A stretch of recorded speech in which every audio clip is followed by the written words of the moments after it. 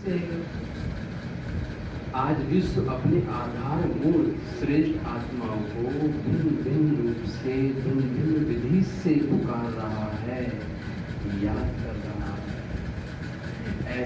ऐसे सर्व दुखी अशांत आत्माओं को सहारा देने वाले। अब क्या होगा? एक वंडरफुल पार्ट चलने वाला है। क्या? साक्षात्कार का।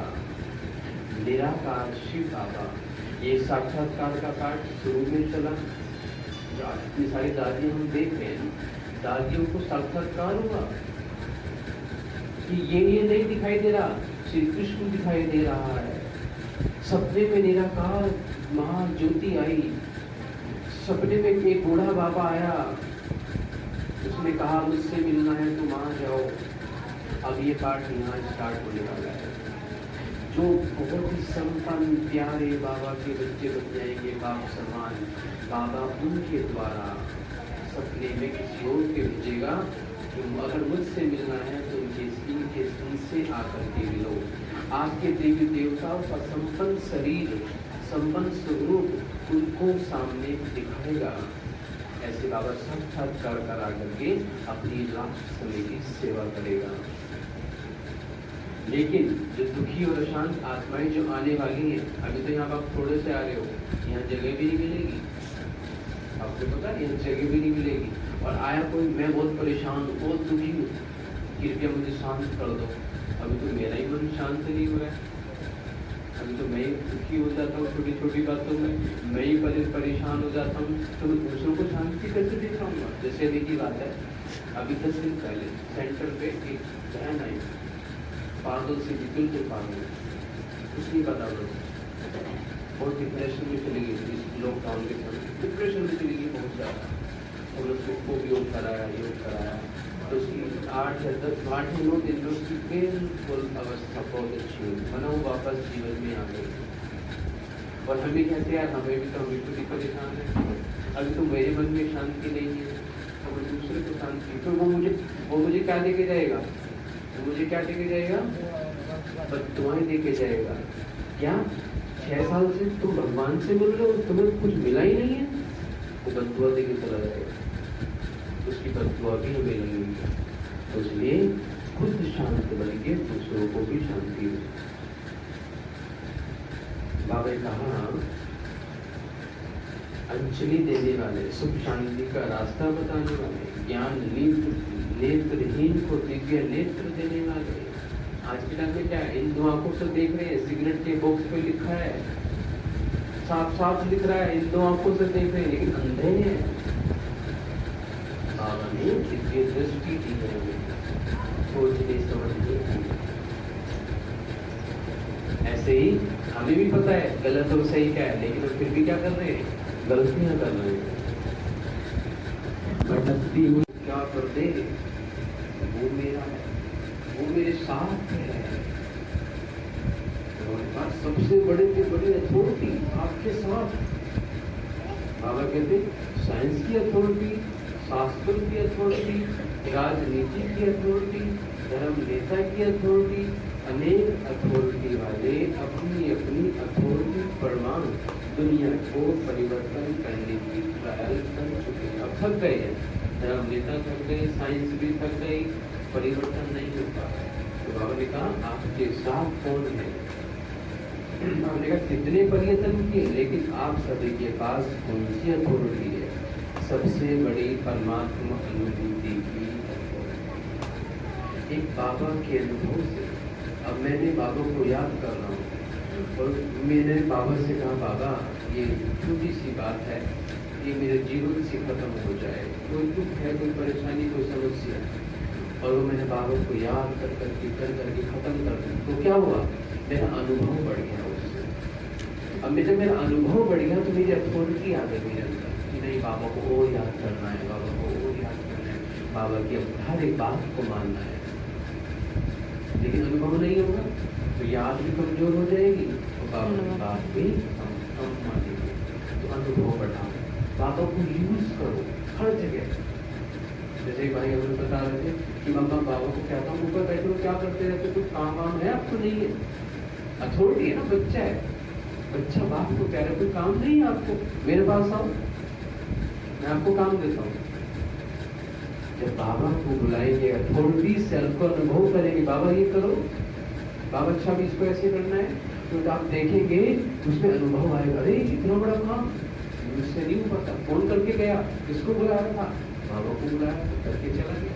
ये हमने बहुत बार अनुभव किया कि जब जब बाबा को बुलाया, जब जब बाबा आया, जब जब अनुभव करके करके चला गया।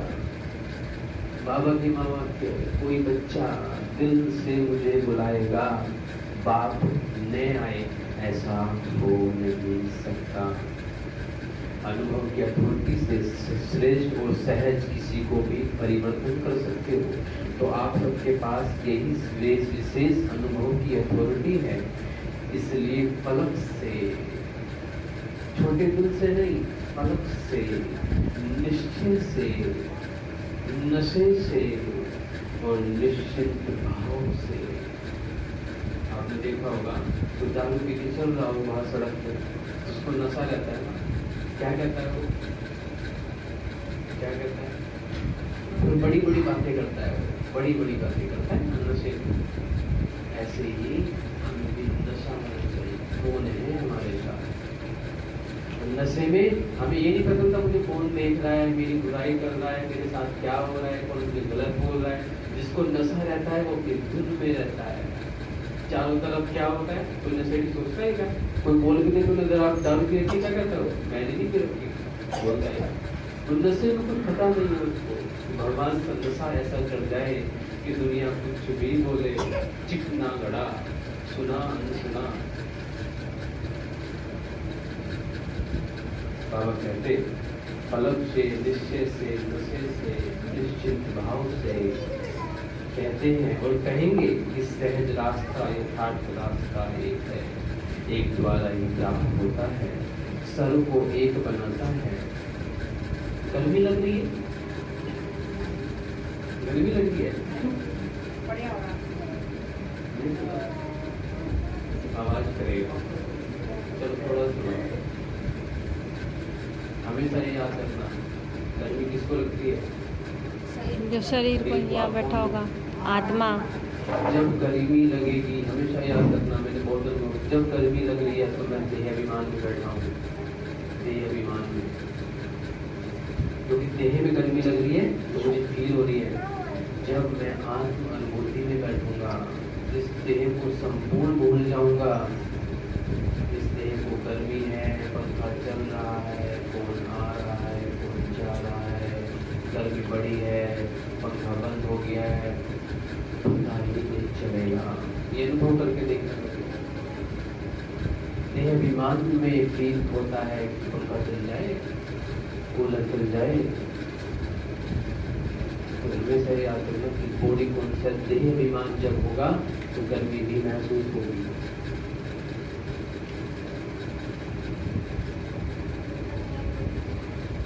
यही सभी को संदेश देते हो ना। इसमें भगवान के डायरेक्शन पर चला, भगवान कह रहे हैं नहीं सब बहुत अच्छे हैं, और मैं कह रहा हूँ नहीं इनमें से ही बेकार है। क्या भगवान गलत कह रहा है इसको मतलब? अब भगवान सर्वशक्तिमान है, वो तो गलत कह नहीं सकता। कौन गलत हो गया? अब जैसे अब ये भी देखना, अब बाबा के बच्चे बने आप सब लोग, अब क्या होता है यहाँ पर भी, ये ऐसा है, ये टीवी क्लास में नहीं आता है, ये योग नहीं करता है, ये बेकार है, ये इसके संस्कार गलत हैं, ये ऐसा वो वैसा। आज से 2.5-3 साल पहले हम मधुबन में था, एक क्लास बना रहे थे, उन्होंने बहुत अच्छी बात की, जिसको भगवान ने चुना। अब भगवान ने ऐसे चुन लिया, भगवान ने ऐसे चुन लिया आप लोगों को, आपके अंदर भगवान ने एक ऐसी विशेषता देखी जो उसको अच्छी लगी, उसने अपना बच्चा बना दिया। अब क्या है, अब हमें पता है हम सब भगवान के बच्चे हैं, और मैं कहता हूँ नहीं ये बहुत बेकार है, भगवान कह रहे नहीं तुम बहुत अच्छे हो, और हम क्या कह रहे नहीं ये बहुत बेकार है। ये बहुत बड़ा पाप है, इस पाप से बचो।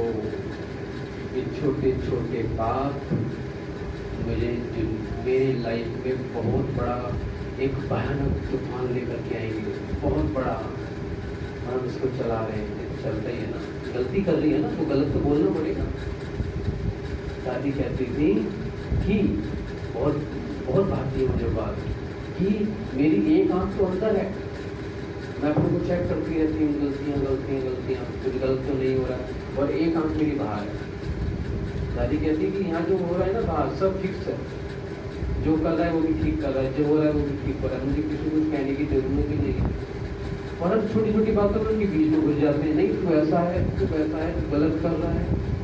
गलत कोई नहीं कर रहा है यहाँ पर, ठीक है भैया, जो कर रहा है उसकी कर्म है, उसको कर्म का फल ऑटोमेटिकली मिलेगा, तुम्हारे कहने से नहीं मिलेगा। तो इसलिए कभी भी किसी पर दोष न लगाएं। लेकिन बाबा ने ये भी कहा है कि अगर आप नियम मर्यादाओं को तोड़ करके ऐसा कर रहे हो तो वो गलत है। अपने नियम मर्यादाओं में अगर ऐसी बात आ रही है तो उसको गलत साबित भी फिर करना है, वो बस नियम मर्यादाओं के लिए, पर छोटी छोटी बातों के लिए वो बात नहीं कही है बाबा।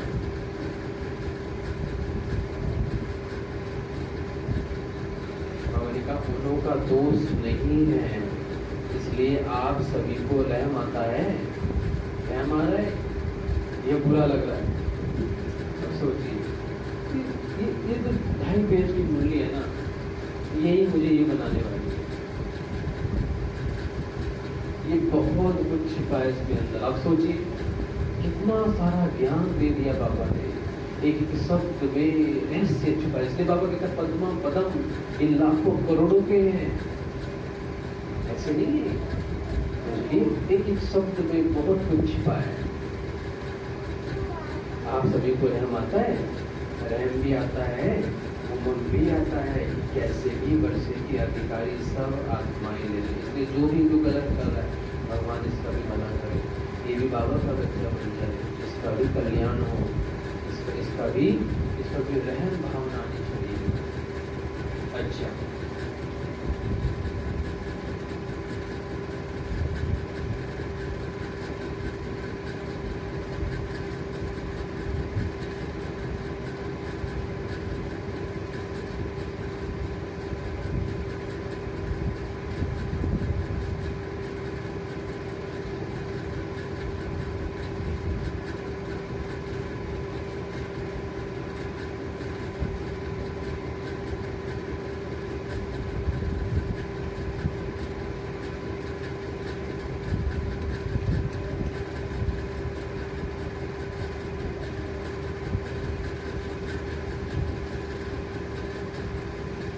तो नहीं है बैठे बैठे मन में आ रहा होगा कि बहुत टाइम हो गया। चलिए बाबा कहते हैं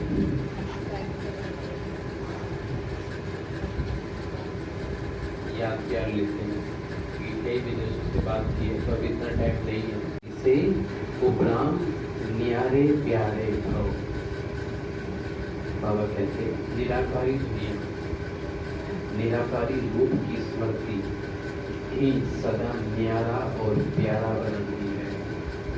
हमने देखा है कि आत्मा अनुभूति ना पूरे ज्ञान का सार है, पूरे ज्ञान का कुछ नहीं करना है, सिर्फ कुछ नहीं, आत्मा की प्रैक्टिस।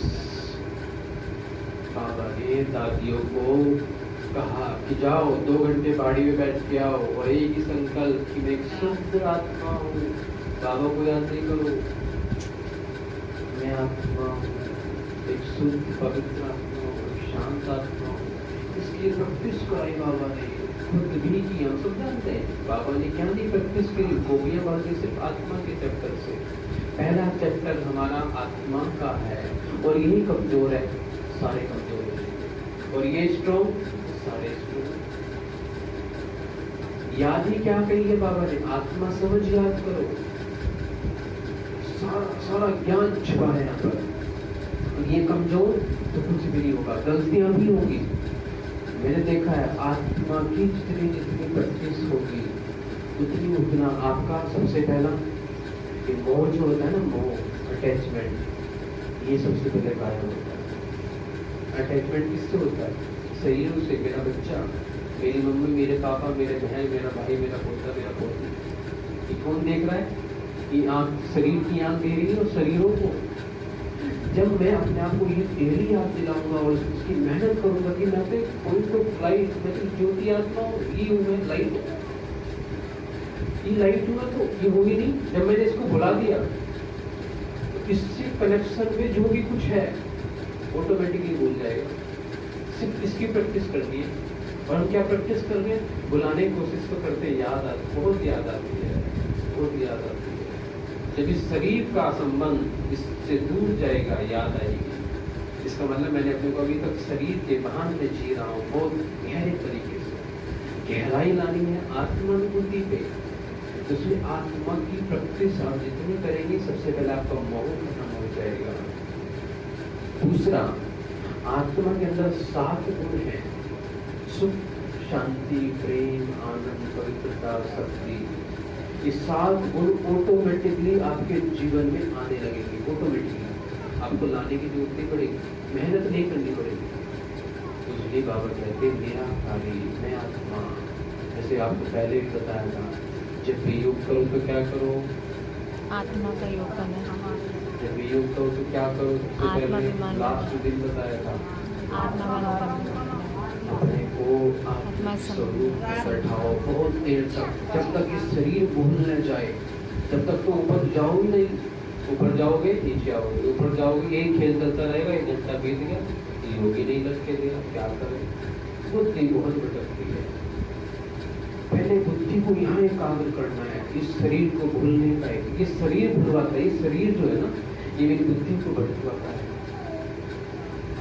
पहले यहाँ सब कुछ भूलना है, जब उड़ना है, जब ही परमात्मा में शक्ति, ये जो है ना आत्मा और शरीर, शिव बाबा के बीच में एक खाल है। ये खाल जो है ना, ये रबड़ जो है, परमात्मा में शक्ति आने नहीं देती। बाबा कहते हैं इस रबड़ को बोलो, ये रबड़ है, रबड़ ही है ना, सब कुछ और है। बड़ा सुंदर शरीर है, गोरा है, स्मार्ट है, ये तो मैं नहीं हूँ ना।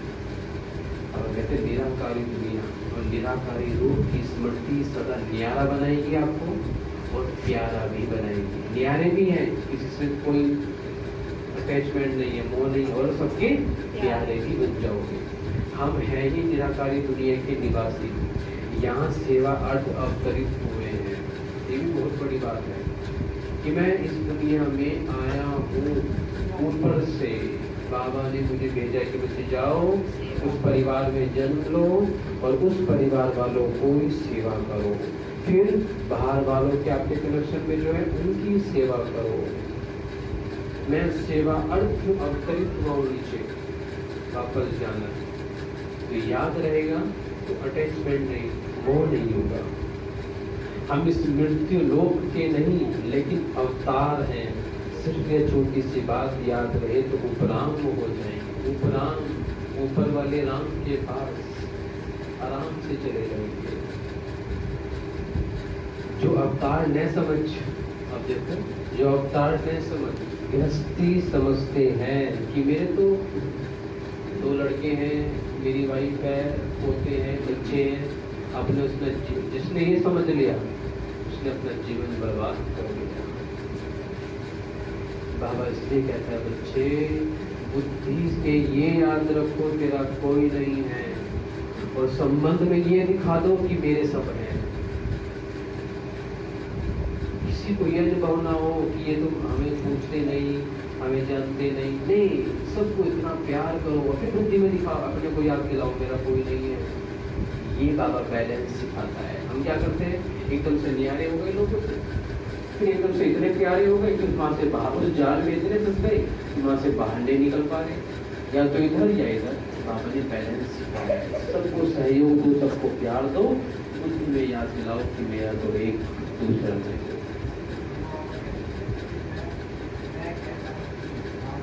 बाबा कहते, बाबा कहते, बाबा करते इस तरीके से मैं बन गई, मैं और मेरा, कि मेरे बच्चे मेरे